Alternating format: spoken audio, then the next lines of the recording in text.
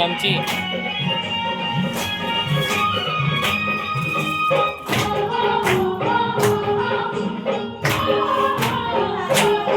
मैं तो बाल केसरियों की दो ये मदीनों जोड़ी दो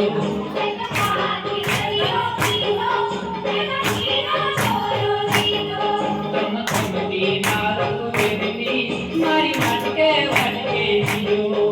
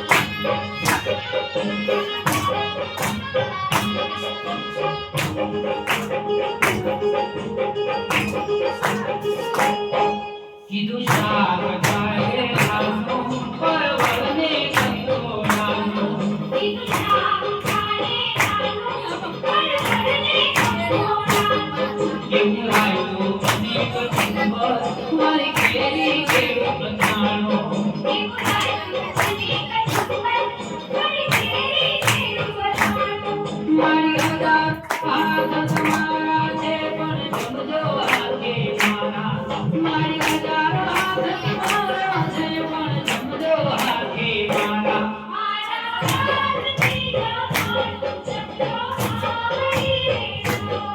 મારા હાથથી તમારો જમજો આવડી રહ્યો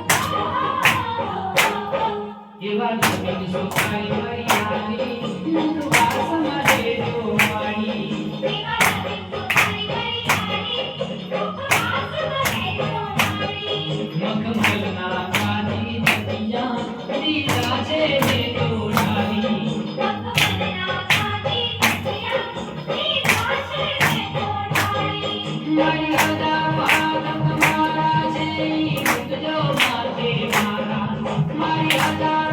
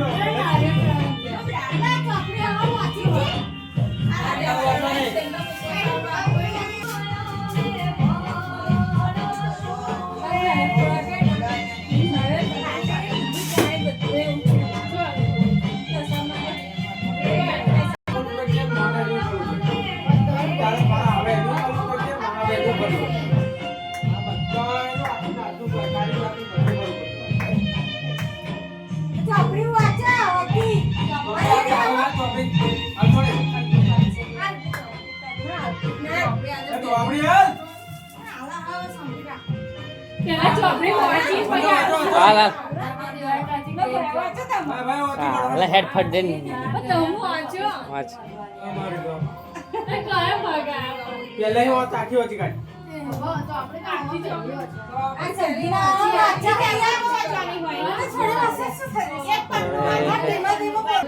નગરનો રાજા કર્ણદેવ ખૂબ જ અહંકારી અને વિલાસી હતો.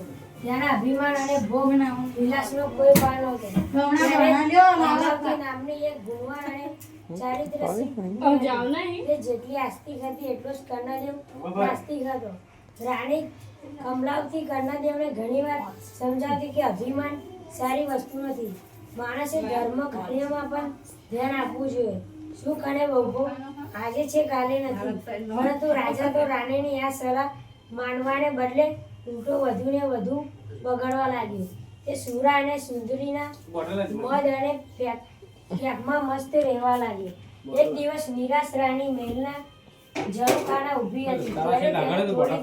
નદી કિનારે કેટલીક સ્ત્રીઓને ભેગી મળી કંઈક વર્ત કરતી જોઈ. તેણે દાસીને બોલાવી સ્ત્રીઓ શું કરતી હતી તે જાણી લાવવા મોકલી. થોડી વારે દાસી પાછી આવી અને રાણીને કહ્યું, રાણીજીએ સ્ત્રીએ દશામાનું વ્રત કરે છે. રાણી આશ્ચર્ય પામી તેને પૂછ્યું, એ વ્રત કેવી રીતે કરાય તે જાણી લાવી. બાદ એમણે કહ્યું કે અમે સુરતના 10 તાજના લઈ તેને કંકુથી રંગે છીએ અને તેની 10 ગાંઠો વાળીએ છીએ. વળી દશામાં માતાની માટીની મૂર્તિ બનાવી તેની પૂજા કરીએ છીએ. આ સાંભળી રાણીને પદ દશામાં વ્રત કરવાનું મન થયું. તેણે રાજાને વાત જાય ફાંસી ઉડાડવા કહી. રાણી, આ વ્રત બધું ધતિંગ છે. આપણને શેની ખોટ છે? આપણે આ વ્રતની પૂરી કરવી છે. ધન દોલત કીર્તિ સુખ સાહેબી સદનથી બધું જ આપણી પાસે છે. તો પછી તારે આ વ્રત કરવા શી જરૂર? અને રાજાએ રાણીને દશામાનું વ્રત કરવાની સ્પષ્ટ ના પાડી દીધી. રાણી ઉદાસ થઈને ત્યાંથી જતી રહી. પરંતુ માતા દશામાનું પોતાનું આવું ઘોર અપમાન થયેલું જોઈ ક્રોધિત થઈ ઉઠ્યા. તેમણે અભિમાન રાજાને પાઠ ભણવાનું નક્કી કર્યું. બીજા જ દિવસે સૂર્યોદય થતાં પડોશી દેશનો રાજા લશ્કર લઈ કર્ણાવતી ઉપર ચડી આવ્યો. આ એકાએક આક્રમણથી કર્ણદેવ હેપતાઈ ગયો અને લડાઈમાં હારી ગયો. પડોશી રાજાએ તેનું રાજપાટ ઝૂંટવી લીધું. જીવ બચાવવા રાજા રાણી અને 2 કુંવરોને લઈ નાસી છૂટ્યો. રસ્તામાં રાણીએ કહ્યું, હવે મને દશામાં વ્રત કરવાની મનાઈ કરેલી, તેથી માતાજીનો કોપ તમારા ઉપર ઉતર્યો છે. રાજાએ આ સાંભળી રાણીને મારી. આમ ભૂખ, તરસ, થાક અને ત્રાસ વેઠતા વેઠતા રાજા રાણી અને 2 કુંવરો એક વાડીમાં પહોંચ્યા. ત્યાં થાક ઉતારવા બેઠા. ત્યાં તો એકાએક વાડીના બધા ફૂલ ઝાડ કરમાઈ ગયા. રાજા રાણી અને બંને કુંવરો આ જોઈ હકમ ખાઈ ગયા. ત્યાં માળી આવી ચડ્યા. તેણે પણ આ દ્રશ્ય જોઈ અને વિચારવા લાગ્યું, કેમ માનોના માનો પણ આ લોકો જરૂર હકર્મી લાગે છે. નહીંતર હરીફરી લીલોતરી આ રીતે ક્ષણમાં સૂકી ભટ્ટ થાય ને એમને હરદૂત કરી કાઢી મૂક્યા. રાજા રાણી અને બંને કુંવરો નિરાશ વધને ત્યાંથી આગળ ચાલવા લાગ્યા. થોડે દૂર ગયા પછી એક વાવ આવી. વાવ જોઈ બધાને પાણી પીવાનું. કુંવરો તો ઝડપથી ચાલતા ચાલતા વાવના પગથિયા ઉપર લાગ્યા. પરંતુ વાવમાં ગયા તો બંને કુંવરો અદૃશ્ય થઈ ગયા. રાજા અને રાણી બંને કારમું કલ્પાન કરી ઉઠ્યા. રાજાને હવે મનોમન પસ્તાવો થવા લાગ્યો કે જરૂર દશામાનો ક્રોધનો તે શિકાર બન્યો છે. પહેલા રાજ ગયો અને હવે કુંવરો. રાજાએ રાણીને કહ્યું, રાણી રડીશ નહીં. જેને કુંવરો આપ્યા તેને જ કુંવરો પાછા લઈ લીધા. રાજા અને રાણી આગળ ચાલ્યા. ચાલતા ચાલતા તેઓ એક ગામના પાદરે પહોંચ્યા. રાજા આનંદિત થઈ ઉઠ્યો અને કહ્યું, રાણી, આ તો મારી બહેનનું ગામ. ત્યાં મારી બહેનને મળવા જતી. રાજાએ એક પોતાના આગમનનો સંદેશો આપવા બહેનને ત્યાં મોકલ્યો. બહેને પોતાના ભાઈ માટે પિત્તળના ઘડામાં સુખડી ભરીને મોકલાવી. એ ઘડામાં એક સોનાનું સાંકળું પણ મોકલ્યું. રાજાએ ઘડામાં જોયું તો સુખડીની જગ્યાએ કોલસા અને સાંકળાની જગ્યાએ હૂંફાળા મારતો કાળોતરો નાગ હતો. આ જોઈ રાજા ક્રોધથી રાતો પીળો થઈ ગયો. તેના માન્યામાં ના આવ્યું કે તેથી સગી બહેને ઘડામાં તેના માટે શાક મોકલાવ્યો હતો, પરંતુ તે હકીકત હતી. રાજા માથું પકડી વિચાર કરવા લાગ્યો તો તેને સમજાયું કે આ બધું દશામાના ક્રોધનું પરિણામ છે. આથી તેને ગઢના ભોયમાં દાટી દીધું. રાજા અને રાણી આગળ વધ્યા. ચાલતા ચાલતા એક નદી આવી. નદી કિનારે ચીભડાની વાડી હતી. રાણીને ખૂબ ભૂખ લાગી હતી. તેણે રખેવાળને એક ચીબડું આપવા કહ્યું. રખેવાળને રાણી ઉપર દયા આવી. તેણે રાણીને એક ચીબડું આપ્યું. રાણીએ ચીબડાને સાડીના જણાથી ઢાંકી દીધું. રાણીને થયું કે કોઈ કૂવાના કિનારે શાંતિથી ચીબડું ખાઈ પાણી પીશું. રાજા રાણી થોડે દૂર ગયા હશે ત્યાં તેમની પાછળ સૈનિકો આવી પહોંચ્યા. તેમણે બંનેને રોક્યા અને તેમની ઝડપી લીધી. તેમણે રાણીની સાડીની છેડામાં ઢાંકેલું નાસી ગયેલા રાજકુંવરનું માથું સંતાડેલું મળ્યું. મા દશામાના ક્રોધને લીધે રખેવાળે આપેલું ચીબડું રાજકુંવરનું માથું બની ગયું હતું. સૈનિકો ક્રોધે ભરાયા અને તેમને દોરડેથી બાંધી રાજાની સામે લઈ ગયા. રાજાએ પણ ગુસ્સે થઈ તેમને તાત્કાલિક જેલમાં પૂરી દેવાનો આદેશ કર્યો. જેલમાં બેઠા બેઠા રાજા રાણી આ ઘટના ઉપર શાંત ચીરે વિચારવા લાગ્યા. તેમને ખાતરી થઈ ગઈ કે જે કંઈ બનાવ બની રહ્યા હતા તે બધા દશામાના કોપને લીધે જ બની રહ્યા હતા. તેથી હવે એકેન પ્રકાર દશામાના ક્રોધને તો શાંત પાડવો જ રહ્યો. આથી દશામાને રીઝવવા રાણીએ તેમની પશ્ચર્યતા શરૂ કરી. 10 દિવસ સુધી રાજા રાણીએ માણા નામના જપ કર્યા અને નકોરડા ઉપવાસ કરી માની માનસિક જેવા સેવા પૂજા કરી. પોતે કરેલી ભૂલોને ક્ષમા કરવા માણી ચાચાના કરી.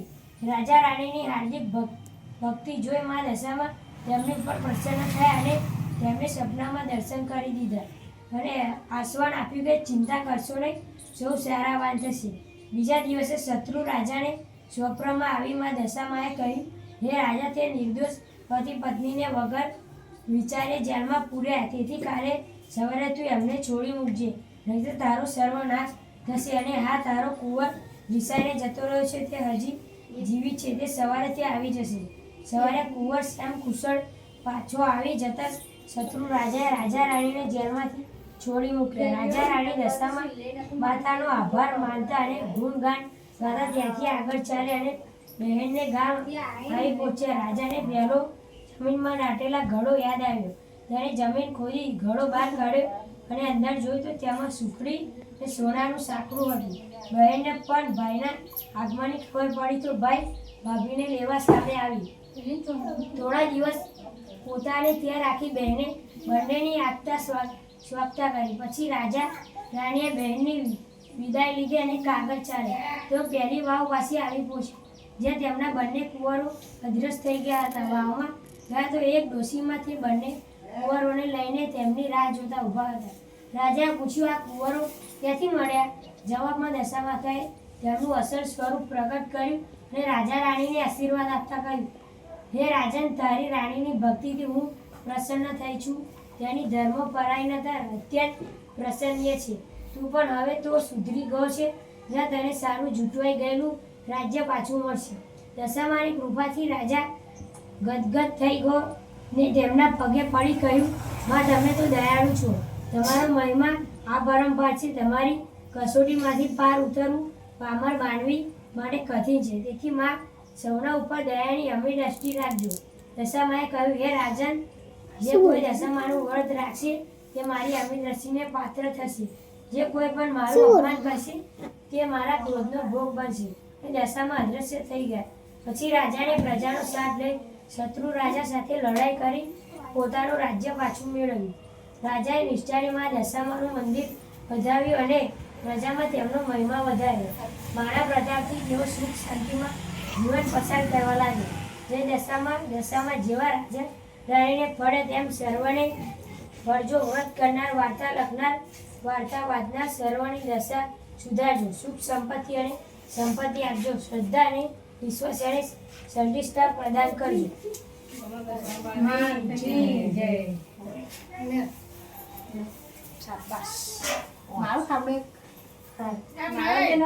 અમને જતો અમને એક કાલે નો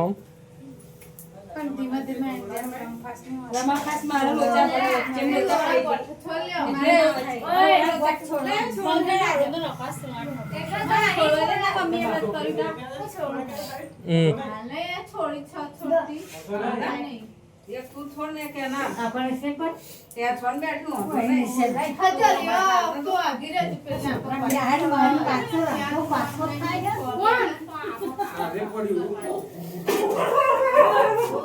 જય માતાજી અમાર કિંગલી તો સુખ શાંતિ મેળે